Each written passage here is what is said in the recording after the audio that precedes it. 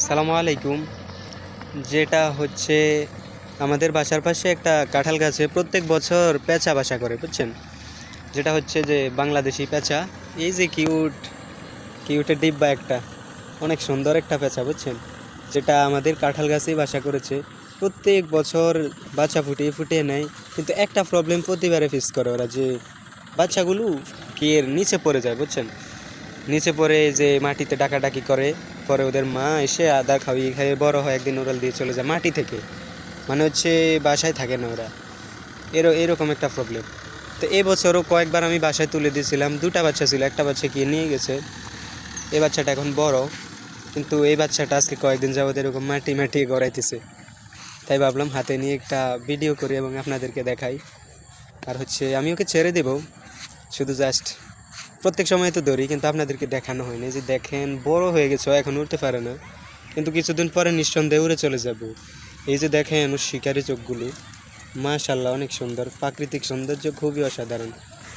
আচ্ছা, আমি ওকে অনেকভাবে সুন্দর জায়গায় রাখি, এই জন্য ও বেঁচে যায়। বাসায় তো আর থাকে না, তাই আমাদের হাঁস মুরগির খাবারের উপর ওকে একটা বাসা বানিয়ে দিয়েছিলাম, ওখানে থাকে। মা ওখানে এসে আদার খাওয়ায়। আর আজকে দেখি আবারও নিচে খুব থেকে পড়ে গেছে, তাই রাখলাম হাতে নিয়ে একটু আপনাদেরকে বিকালবেলা দেখাচ্ছি।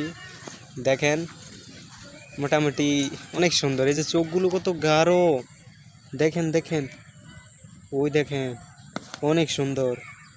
সবাই কমেন্টে জানাবেন কেমন হয়েছে। আর এটা যদি চান যে এটা উড়ে চলে যাওয়ার উপযুক্ত হলে রিভিউ দিব, সেটাও সম্ভব আমার কাছে, কেননা ও আমার পাশেই থাকে সবসময়। না, ওকে মারি না, জাস্ট অনেক ভালোবাসা দেই। মেরে কী লাভ হবে? যেটা তো আল্লাহ সৃষ্টি করেছে, প্রকৃতির সুন্দর, হোক সে প্রকৃতির উপকার, হোক সে ক্ষতিকর।